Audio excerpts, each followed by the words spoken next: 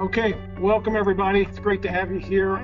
My name's Jim Schwartz with 360 Yield Center, and this morning we are going to dig a little bit deeper into Chainroll and YIELDSAVER. There's Jamie Brand is going to join the webinar. He is the RAM from Iowa.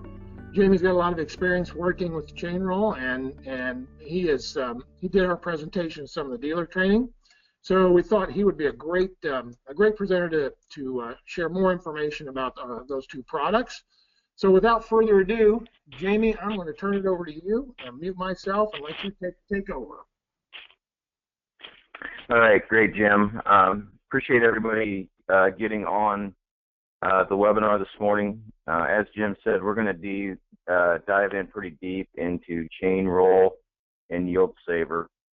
Since we've launched ordering, and we've made a few changes to it, and I will hit on that today, the changes for this year, and we'll talk a little bit more about that, what I saw last year. Just a little background on me. I've worked in Iowa, east of Des Moines, was the beginning of my career about 15 years ago.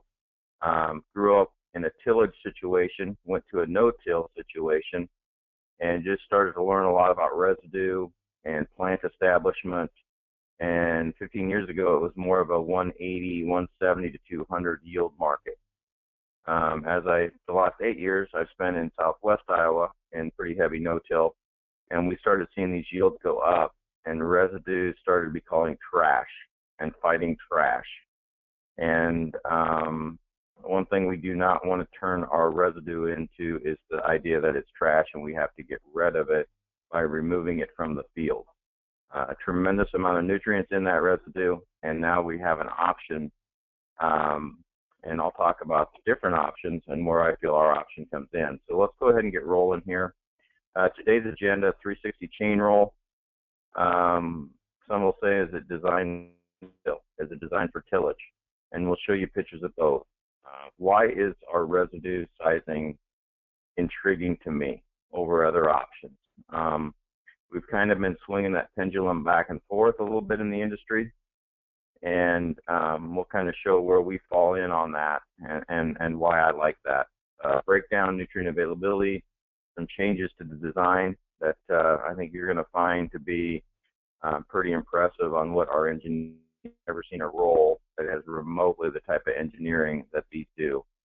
YIELDSAVER, the concept Greg Souter and his team had, the overlapping bristles, reducing header loss. We want to make sure that you guys are comfortable ordering the right one for the right head. As you'll see, YIELDSAVER fits on a lot more heads. A lot of the chains that are used today will go from head to head, can even in some situations go from manufacturer to manufacturer. So we will be working on that here as we go through. Again, thank you for being a part of this, and I'm excited to be able to present some things that I saw this year. So the biggest thing that when we look at residue, we have a very healthy soil, and we have very valuable residue. And when you guys look at this, and you look at that chart, if you're raising somewhere around 200 plus bushel corn, that first column is total nutrient uptake. That is pretty much what the plant and the infrastructure and the grain is going to need uptake to build that grain and to build that plant. You'll see with nitrogen, about 148 of those pounds is removed with the grain, and the remaining of that goes back into our residue. And we'll talk a lot about residue and mineralization and breakdown. Phosphorus, the majority of the uptake is removed in the grain. So when we look at potassium, to build infrastructure, to build a disease package, to basically make that plant do what it needs to do to maintain integrity, we'll take up 180 pounds but only remove about 60 of those with the grain. So potassium is a leaching, it's a bleeding out of the residue, and that's one advantage that we see with our Chainroll. So when anybody says, trash knives, or we have to figure out how to manage the trash, or we have a different tillage, there's a tremendous amount of money right there. And the one thing Greg did is when he came out with the Chainroll, is he said, instead of looking at a mature plant and saying this thing is going to take about 5 5 years to get those nutrients back out of it. His goal was 2.5. So how can we get that residue turning faster than what we did?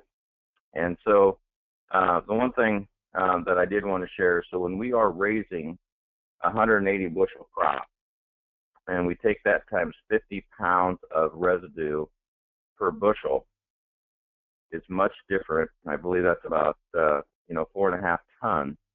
If we, working with our growers with Y-Drop and soil scan and the systems approach, the base approach, and we want to get these guys to the next level of maximizing efficiency, maximizing the hybrid's potential, we are going to raise more bushels, and we are going to make them more profitable.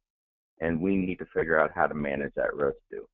If you start looking at a 250 bushel crop or a 260 bushel crop, you take that times 50, and you're looking at close to 13,000 pounds of wonderful crop residue that is full of nutrients that we want to make sure does not blow off the field.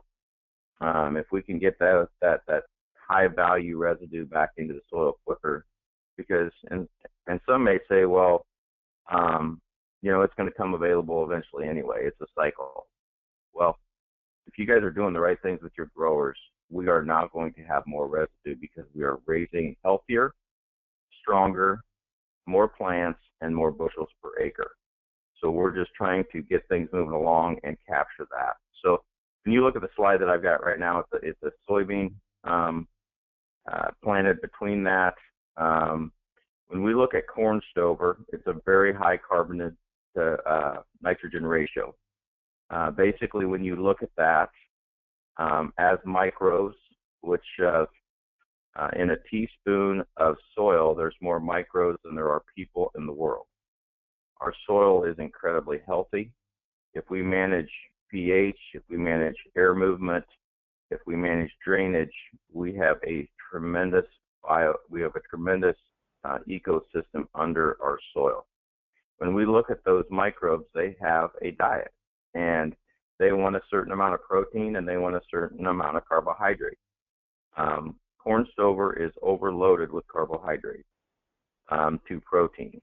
And so in a lot of cases, in order to get protein, which can either be nitrogen or sulfur, and it can be farmer applied, they'll actually take that away from the plant availability, and they will feed themselves to build infrastructure in the microorganism. And so the one thing that we want to do is be able to speed up this process, manage the carbon load. Many of us are putting, weed and feeds on, starters on. We're compensating for that. Once a stover gets down to 24-1, that is a balanced diet. So that's one thing that we're looking at when we talk about carbon penalties, when we talk about a lot of different things. That's an important thing to figure out, when we start talking about nitrogen in the plant, and how can Chainroll help that? Next slide here is just, I'm going to go through some pictures. So these are some pictures that I followed. This is Notill. This was harvested in September, and this picture was taken on the 4th of December. And you'll see the difference between that. And this is a standard roll. So this is, I don't want to pigeonhole anything, but it's more of a lazy roll on the left. It's a roll that basically is taking a fingernail and it's getting that stalk down to basically get the ear down to the deck plates to shove it in. There are other rolls on the for farmers to purchase, but this is probably the most common that's out there. And you'll see Chainroll on the right, and just its ability to still maintain length of pieces, still maintain weight, so we're not blowing this stuff off the field, but we are serrating that, allowing moisture, air, potential soil contact if we get any type of splashing, but we're moving degradation down. The biggest thing I saw is after the first good rain after harvest, I would go out and I would see these pits be wet. We opened them enough that we could fill them full of water, and which is a great way to start the degradation, and it's also a great way to add weight to that, just to make sure everything stays where we want it to stay. Next picture here. First picture I showed you was no-till. The question is it a no-till tool or is it a tillage tool? And I will tell you, it is both. It is very much both. So when you look at the picture on the left, that was a combine pass, followed by a combine pass with 360 chain roll, followed by an 870 ripper. On the right, you'll see just a standard roll, where we're just thumbprinting it to get it down, to get the ear off, and that is the sizing that was done after the ripper pass. So when you really look at this, the combine head with minimal amount of extra power, and we'll hit on that in a little bit, we are basically sizing that the very first time to help get nutrients and plantability, the ability to go through the ripper better as we look towards next year's crop. So this picture here is some pictures of that field that I just showed you the picture of. On the left would be the combine pass with chain roll, followed by the 870 ripper. You can see things are sized more. We still have good coverage on top, which I like. We're protecting that soil. You know, we're moving it through it. You can see things are sized better, but it's not confetti. On the right, you're still seeing after the ripper pass these very large chunks that are not allowing soil to get into, water to get into, and the degradation is going to be much slower. The nutrient release is going to be much slower. The tillage passes are going to be trying to move larger pieces of residue with no decomposition through that as we try to prepare that seedbed for the following year. So I continue to like what I'm seeing with the chain roll.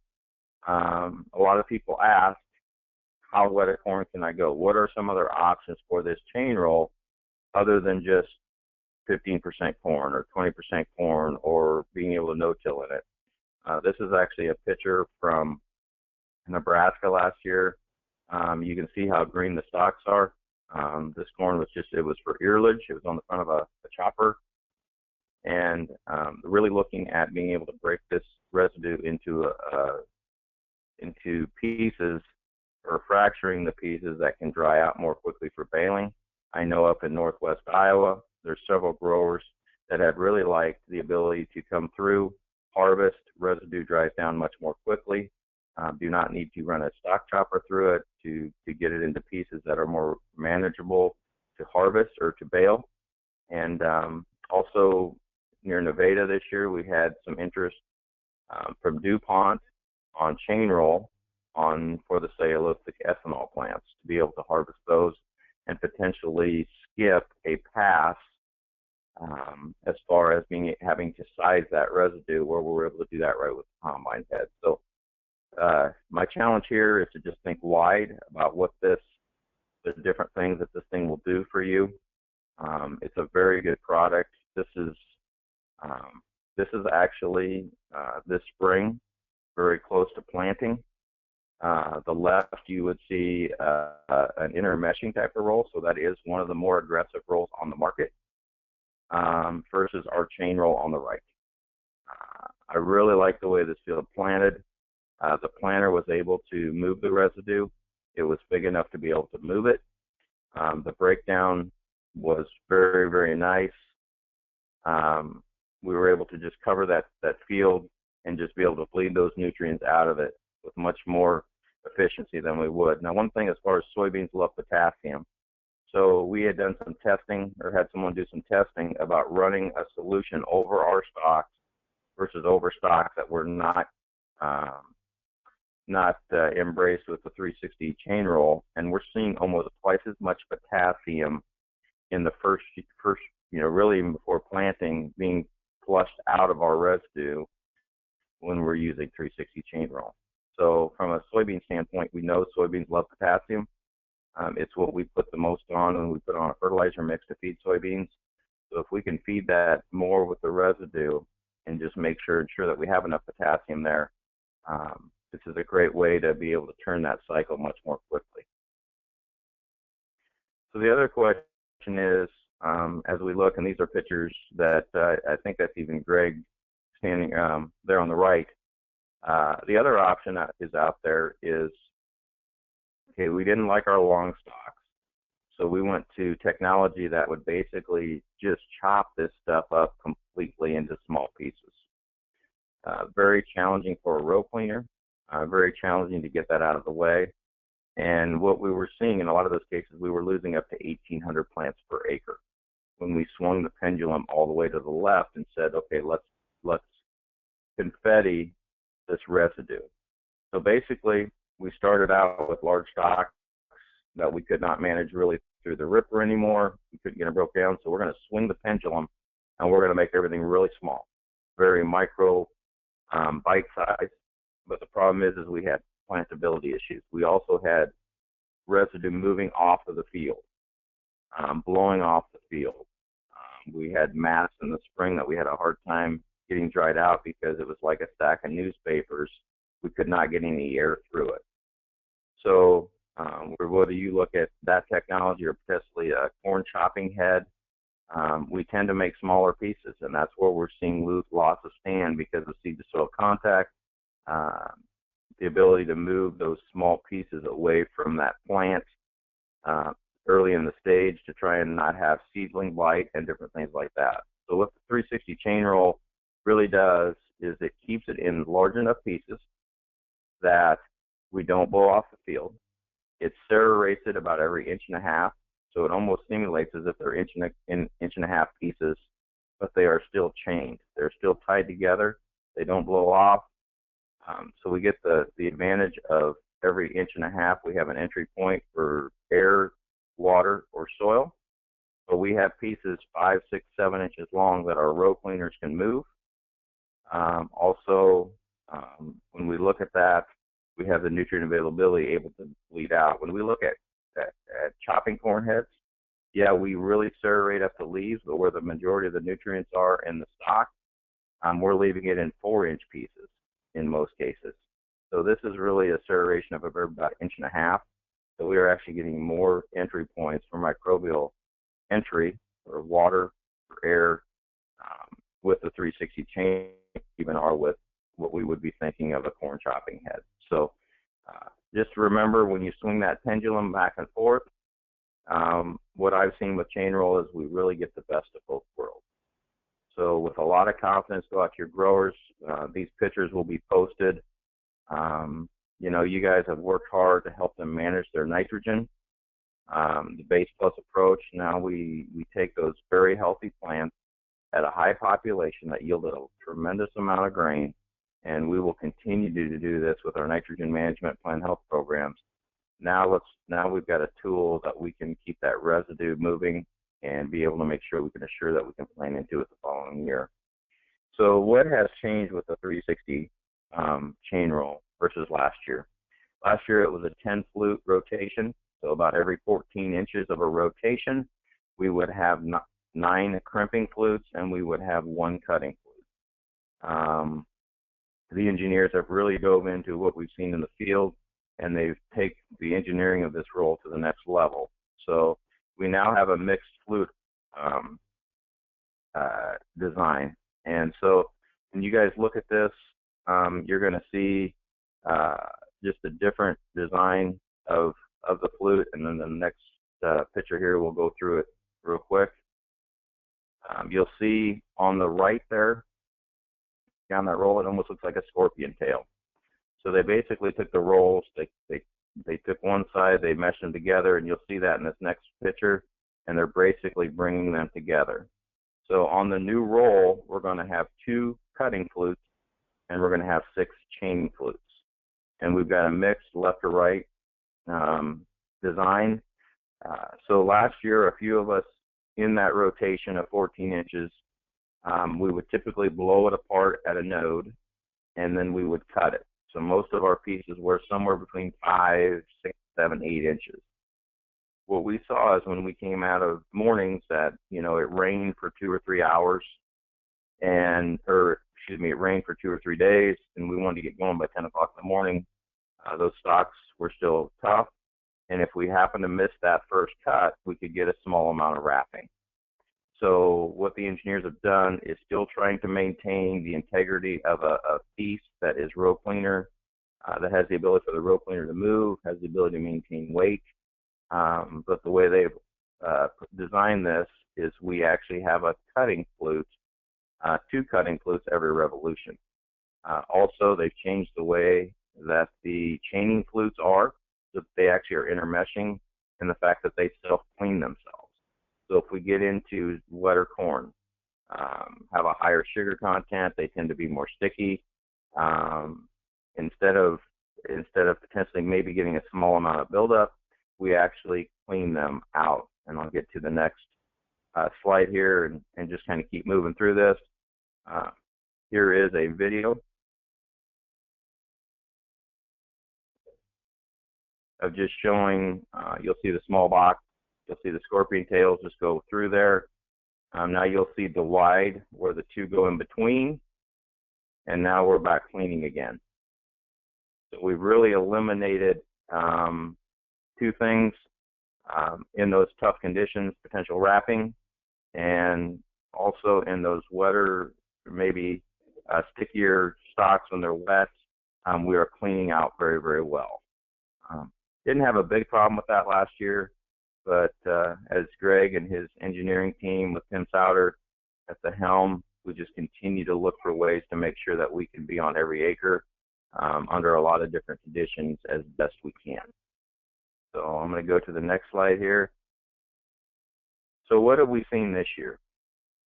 So a lot of times we look at more yield, but really residue can be a penalty, because if we cannot move residue and it gets right along in the seed trench, or it's actually laying right beside the seedling as it comes up, typically we will slow that plant down.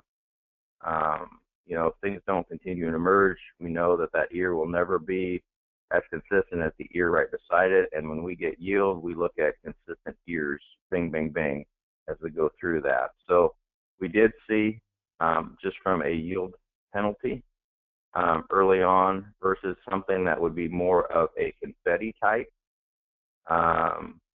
And we saw, you know, up to a bushel to 2 bushel in that bushel to 2 bushel range that we lost because of that penalty. Now, this is some very early data, but, you know, one of our drivers is to make sure that we get those plants up. And obviously this was just coming through the ground from an emergent standpoint. They have those flagged, and they're going to look at the ears later in the season to understand what that ear looks like, different to an ear that did not come up with that residue issue. So keep that in mind. We do have a new polar for this year. On the 600 series, as many of you know, you put them on, you twist them a little bit, you beat them with a hammer, and they pop off. 4090 series deers is more of a long drag.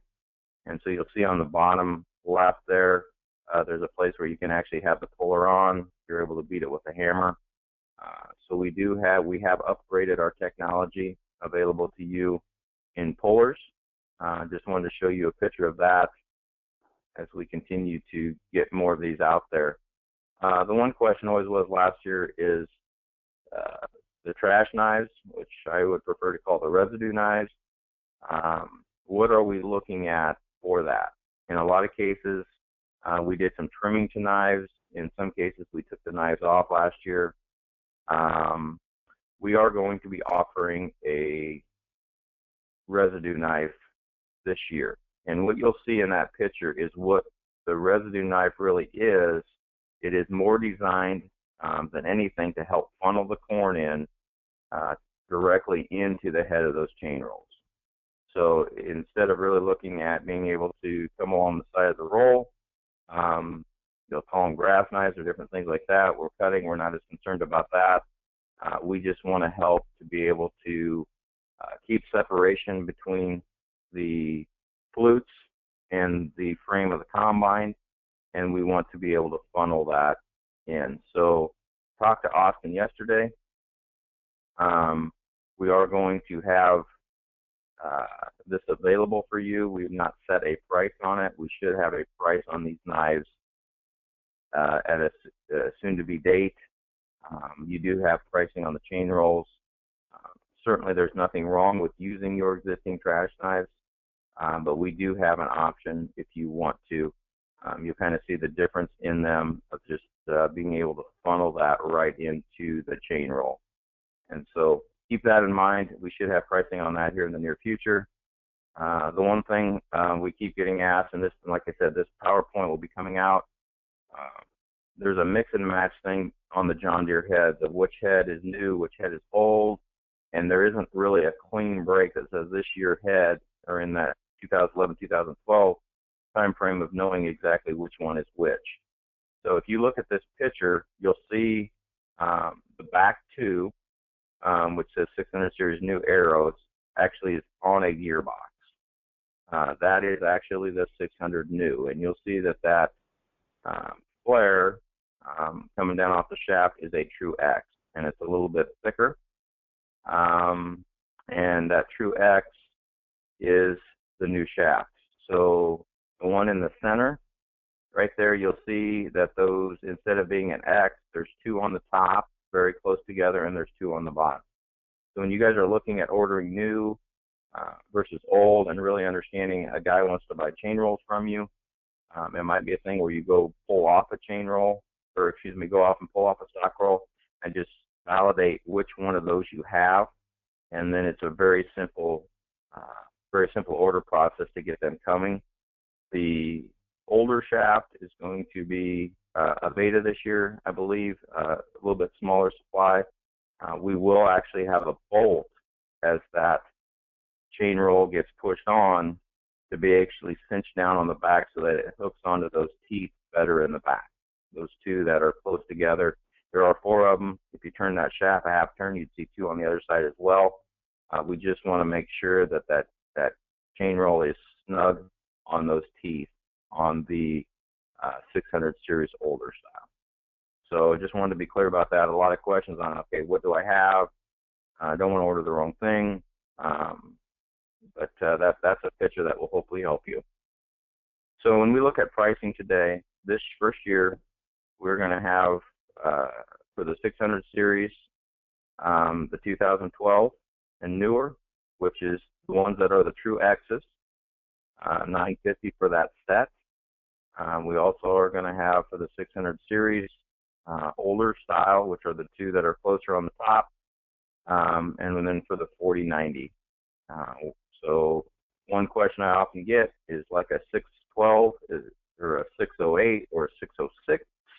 Those are all 600 heads. When you look at the 4090s, they've kind of changed that. So a 643, a 693, an 893, a 1293. So that 90 is the, would either be a 93 or a 43 on the end. So a 643 would be a 40 series. 693 would be a 90 series. So we're looking for the last digits on that series versus on the 600 would be a 606, 608, 612, that type of thing, just so that you're clear exactly what that means. I wasn't a guru on corn heads either, and I just wanted to share that to just make sure we were on the same page.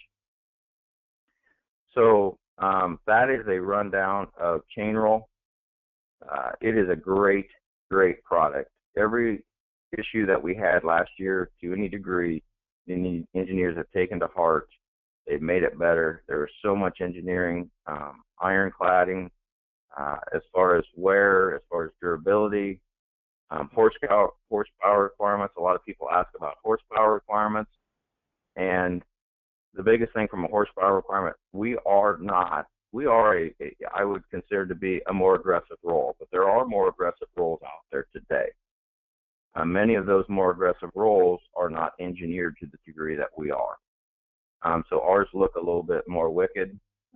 They look, a little bit more intense, a little bit well engineered.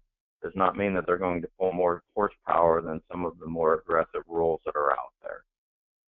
I did not see, other than some wrapping from time to time, from a slip clutch go, the horsepower requirements on that, I would not be afraid of that.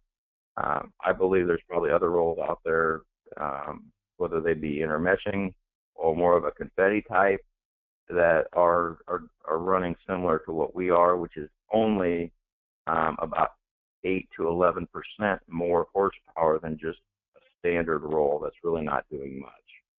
So longevity standpoint, those guys continue to run them, continue to improve them, and we were running head to head with the OEM, and these guys are never happy, and so they keep working on that as well. That's the passion that the Souders bring to just making sure that these things that you're purchasing, if there is a technology out there, they're trying to find it to make it better. So if a guy says, are they going to last as long as what I've been using, we're not seeing anything that would tell us that they're not. In fact, in most cases, they're wearing better than what most other options are out there. So the bottom line is it's a sizing tool. It's going to eliminate, in many cases, an additional pass. It's going to keep nutrients where they want to be on the field. It's going to help you bleed out nutrients more quickly, and it's going to help with that planter pass. So we're going to jump into the YIELDSAVER here for a little bit. I'm going to talk for just probably 5 or 10 minutes. I was, again, very fortunate last year to work on some of the concepts. As many of you are maybe wondering, you're seeing our YIELDSAVER that it has a chain and brushes. When we started, we were more looking at paddles, and that engineering team continues to look for ways to make sure that we get longevity and performance, and we'll talk a little bit more about the chain. But the question always is what is our loss at the head? And last fall, I was very fortunate enough to be around this, and I was shocked at what I found. I spent about 2 or 3 days on my knees trying to understand what this loss was, what the harvest moisture was, the speed of the combine. Were we in a place that had nubbins, or were we actually pulling in consistent ears? And I was in some 25, 26% corn. I was in some 14% corn, and I was shocked at both of those moisture levels. We continue to see a fair amount of shelling, the deck plates, different things. It's a very hostile environment, and can YIELDSAVER help us do that? Most of the places I was at last year where we were running and just running through good corn, trying to adjust our deck plates, we were losing close to 4 bushel per acre. Now, I'm not saying that's what happens in your neck of the woods. I'm just telling you, based on my experience, this is where we really want you guys to get out, have a conversation with growers, and we'll run through a few of what my scenarios look like with me. So, different stock diameter. The one on the left is healthy. It's probably going to carry itself a big ear. The one on the right may have got tied up in some residue. It may have had a air gap in the planter trench. There may have been an insect that may have slowed that down. But at any rate, you probably have a half of the size of the ear on the one on the right versus the one on the left. And what we're seeing in the past is about half of those ones on the right will somehow get wedged down into the stock rolls and just blow corn all over the place instead of being able to capture, which is similar to the picture right here that I'm just showing you again. So we're trying to capture every year, no matter what the size, and no matter what. I know a lot of individuals right now are sitting in areas that are incredibly dry. We have very small ears, which, I hope and pray for those individuals that they can get some rain and get some yield, but more than likely they're going to have inconsistent ears. And that's really probably the extreme. I know down in Texas, in some situations, they're looking at up to 20 bushel per acre head loss because they harvest everything at 14% and it goes directly to the elevator. And that's just their system down there. So this is some testing that we've done. So a lot of people are saying, okay, where are we at in the process of YIELDSAVER? How well has it been tested? Where has it been?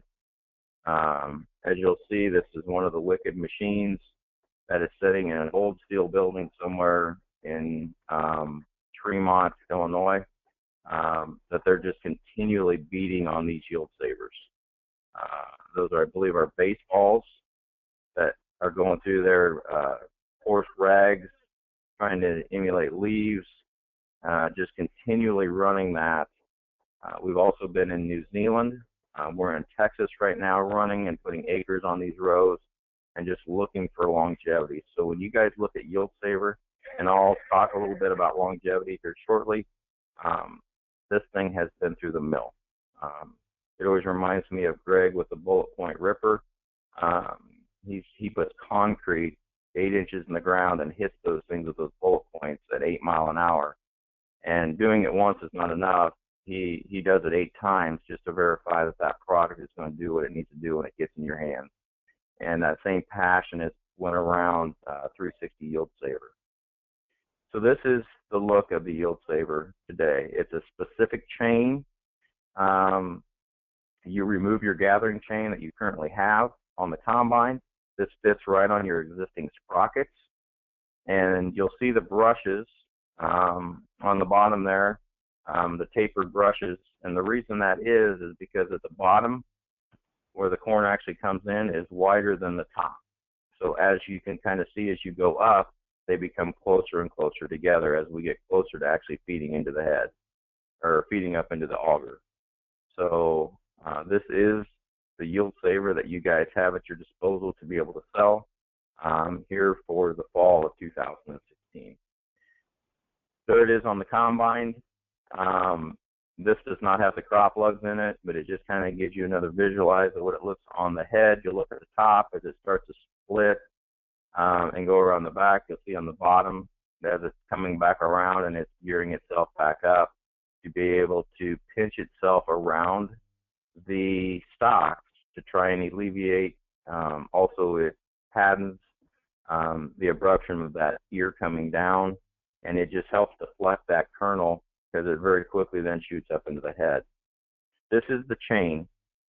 You'll see the chain, the design, the hole. That is where those lugs sit on. So I think on a John Deere, there's 40, I think there's 48 links into this chain, and you're coming around and you're basically putting those brushes onto that chain. Some have said, can I use the chain I have on the combine? You'll see by this picture that's why we cannot, because it's specifically designed for us to push the brushes on and actually screw in the brushes. This is a very high value or high quality chain. Greg talked about that a little bit at one of the dealer meetings. Some of the industry leaders use this chain prior to building their own. It comes with a price, but we want to make sure that we're bringing you the best products that we can bring to put on that corn head. This is the brush. You'll see that screw in there. It's already in there when you get it. Basically, you'll screw that into this hole right here. You'll push it down on there and screw it in, and that's how you will create how that folds onto the chain. You'll see the tapering on the bottom. You do have a right and a left. When you order them, Tim will talk about that just briefly when he talks a little bit at the end about the ordering. They've thrown baseballs at this. They've thrown rocks at this. Those bristles are in there to the point where if you take a pliers, you're gonna have to work to get them out. This is a rugged bristle that basically, as that stalk comes up, we are protecting that as that ear comes and beats down, and we are deflecting those kernels up into the head. This is actually what it will look like. So the crop lugs stay right on there. You'll see the turn of that brush above the crop lug, and so we are basically just filling the gaps in. What we saw is we still needed the lugs to be able to come up. If you do happen to break off a YIELDSAVER, if a rock comes through and wedges and it just plays havoc with it, you can continue to run. A broken brush due to some hostile confrontation to something, you can also replace that one brush when you get a chance. So the gathering chain is very similar to what you have as far as what it does on the combine. It's just that we filled that in with a bristle brush. You'll see here just the hostility of that corn head. This is slow motion. I was always amazed last fall when I would take my four-wheeler and ride beside that corn head at full speed at 5 miles an hour and just hear the gears bing and the kernels flying up. We would also see last year, if we had smaller ears due to going through a place that maybe would be droughty, or we would go through a place that maybe would have excessive water and ear size was compromised, we would actually, in a lot of cases, see that ear go right through the stock rolls and just propel out. And in those cases, we're losing significant bushels. And this is where, as we go across that field, no matter what the case is, let's hope that they're all bing, bing, bing, and we're in high-yielding corn, just to be able to protect each and every kernel. So I'm going to stop this here. This video is not showing the best, but one question that we have here is, does the YIELDSAVER belt bring more residue into the corn head? Are we seeing more residue have to go through the corn head to be separated out within the combine? And are we creating some issues there? And this is actually a GoPro shot from New Zealand. They've done a lot of testing on this, and every time I had to go and ask Tim Sauter yesterday which side was which when you watch this video all the way through. And I would assume when we download this so you guys can grab it, you'll be able to play this video maybe a little bit better. It's a big video, but you'll have a hard time being able to tell which side it is. Actually, the left side of this, if you're sitting in the combine seat, the left side of this head is 360 YIELDSAVER. So when individuals say, "Man, I've got leafy plants," we protect those leaves. Are we going to see a large amount more residue going through the head because of YIELDSAVER? And I would tell you that we are not seeing that. So that was one common question. This is just another where we're pulling rags of leaves to really show what leaves going through would be, and are we still getting the kernel saved even when the corn stalk is going through. This is a pretty powerful one because it's easy to watch that thing run when there's no stalks going through, but look at the way the brushes come back around and embrace around that, which would, we're using pipes here or rubber hoses to basically be the stalk, but the idea is that they're coming right around that and basically deflect. Just one deflection of a kernel propels that thing into the head. So this is some stuff that Greg got when him and his engineering team, when Greg was actually down there, John Larkin was down there, our marketing team was down in Texas here a week ago, taking some of these videos and really looking at head loss. And so the yellow flags is an area of the side of the head where YIELDSAVER ran versus the orange reddish orange flags of where just standard chain went. We still had the gap between the deck plates. So everything that we're seeing is about an 85% savings of kernels. And last year I was at about a 75% savings on that concept belt that we had. So we're actually seeing better performance from this style as they continue to work through the generations. Just a tremendous amount of savings. I think the biggest thing that we see on this is we may still deflect a few kernels off the green paint or red paint, and they may get out ahead of bounce out ahead of the snoots. But what you're seeing predominantly with just a standard gathering chain is you are pulling the residue back, 3 or 4 inches on each side of the stalk, and that is where all your kernels are. That's where the majority of your kernel loss is. We are really taking that down significantly. So when we look at an 85% savings, we are saving nearly all of those kernels at the base. It's the ones that are pinging off of the green paint or off the snoot that are actually bouncing back ahead of the head are the predominant ones that we aren't able to get our hands on. And is what I found last year. So this is a video here I'm going to try to play. Not very good, not a high quality video. I'm actually going to mute it and talk about it because it was a windy day. Actually, let me get back to it here. Apologize.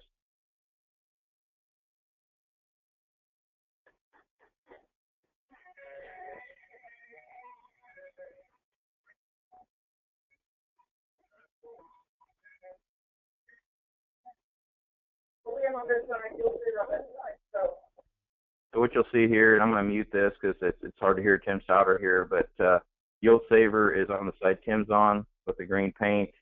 On the side that's the red paint, which happens to be a Case and a John Deere on each side. We just happen to go red and green based on the side that the YIELDSAVER was on. And you're going to see they're going to pour corn down in that would basically represent corn pinging off of the deck plates, getting themselves shot up in the air, and are we able to capture those? So I'm going to just take a minute here and let you watch this video and just see how we can grab these kernels and how we're seeing an 85% savings. The one thing I'm really impressed with is the way that these bristles are basically just going right around that stock, snugging itself around that stock, so that we're not losing any kernels even right around the base as it comes up. So here Greg comes, and he is right now they're pouring out the corn that was on the just standard chain roll that we're running today, or excuse me, gathering that we're running today. And now Tim Sauter is pouring out the corn that got through the YIELDSAVER. So you'll see in Greg's left hand what would be equivalent to what would be on the ground, and the right hand what would be on the ground with just standard gathering chain. So right here is just some pictures. Again, if you can imagine those stocks standing there, the majority of our head loss is 3 to 4 inches on each side of that stock. It's something that is propelled out to the ground through the rolls. And I can almost guarantee you the 5 on the left were predominantly not around the base. The 71 on the right were predominantly around the base. So we're really saving that corn that's propelling out through that deck plate at the high speed of the stock rolls that's shooting that stuff down into the ground.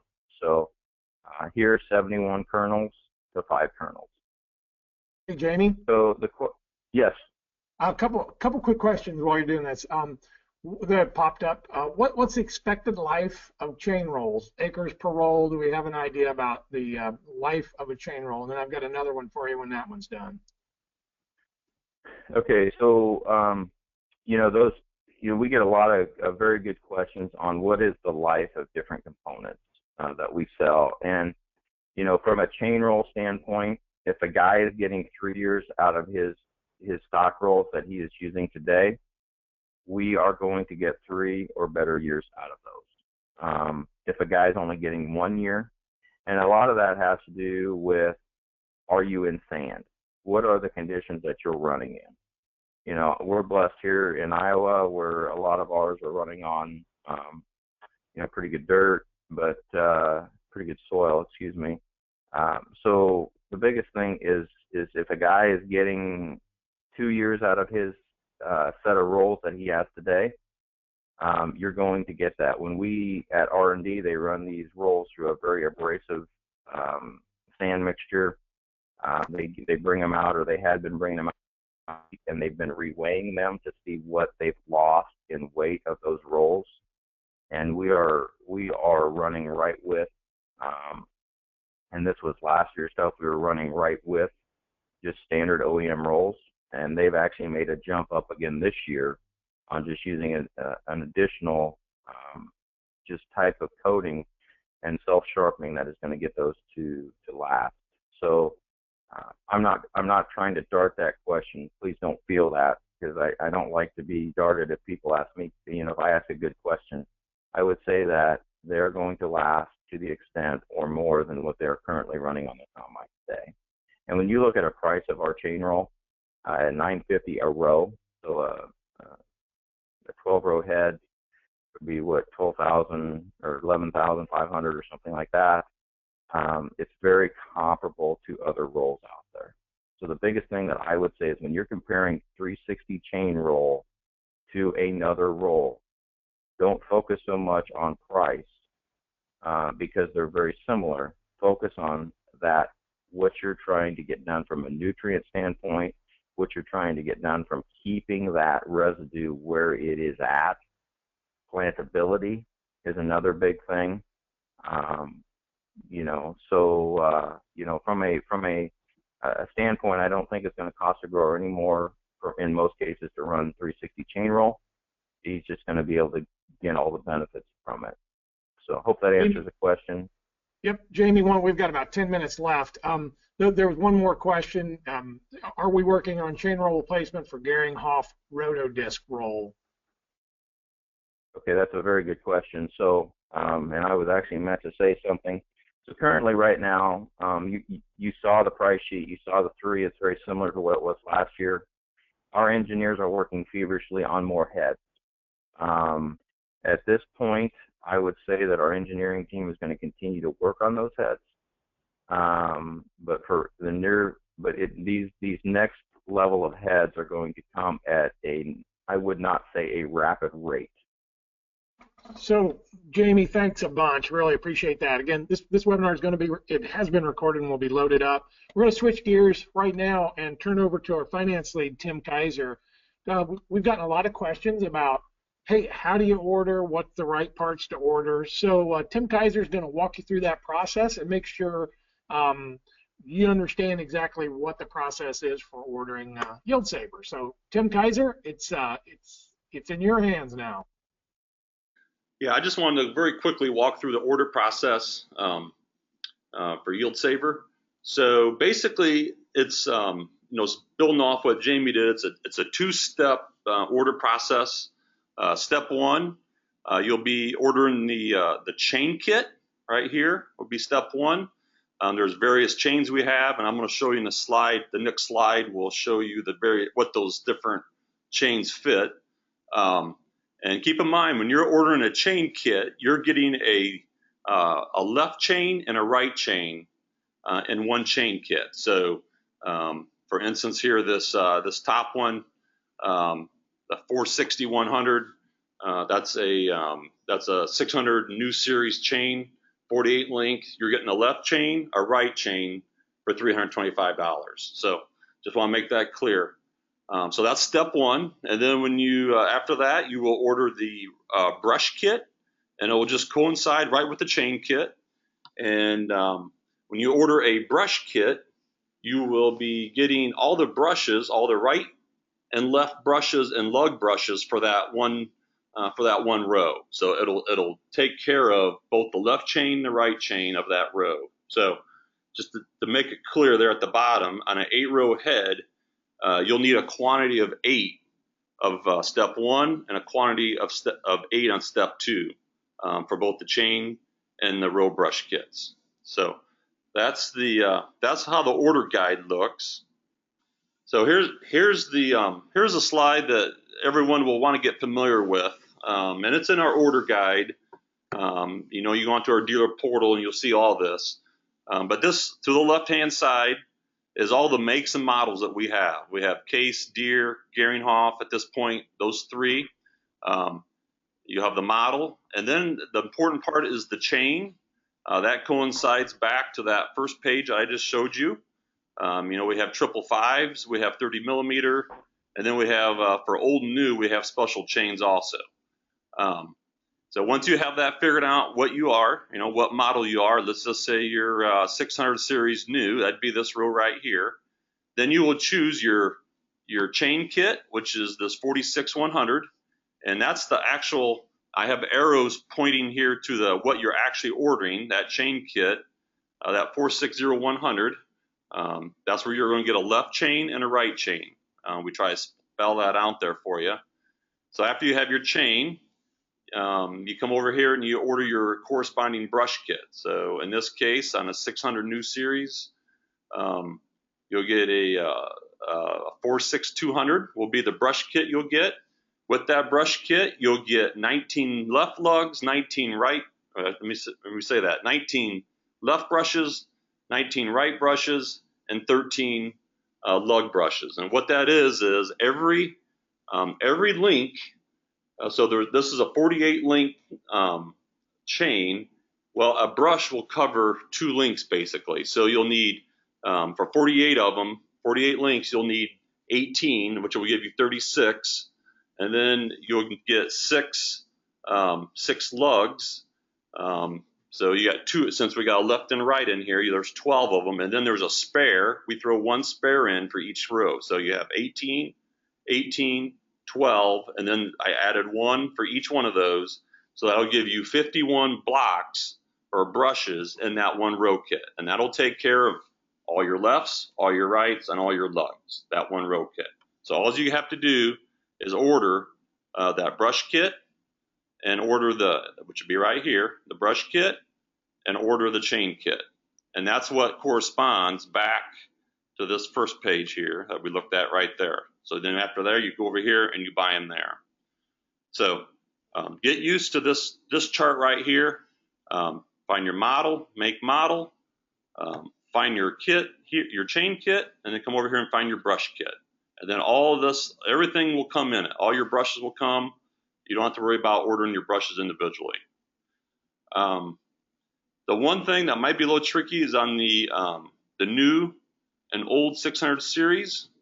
I want to go to that real quick. Here's a view of that. You know what? That didn't come in. The one on the left, the 8 sprocket, the 8.2 sprocket there on the left, that's the 620E. The one on the left is the 620E or the 600 series old. The one on the right is the 600 series new, which is 6-tooth. So if you go to the order guide, you'll actually see these are both labeled. So that's about it. I mean, I think it's a fairly easy, step 1, step 2 order process when it comes to the ordering the Yield Saver. Tim, one of the questions that we got yesterday was, do the brushes come attached to the chains, or will they need to be prepared to attach the brushes? Yeah, they will have to attach the brushes.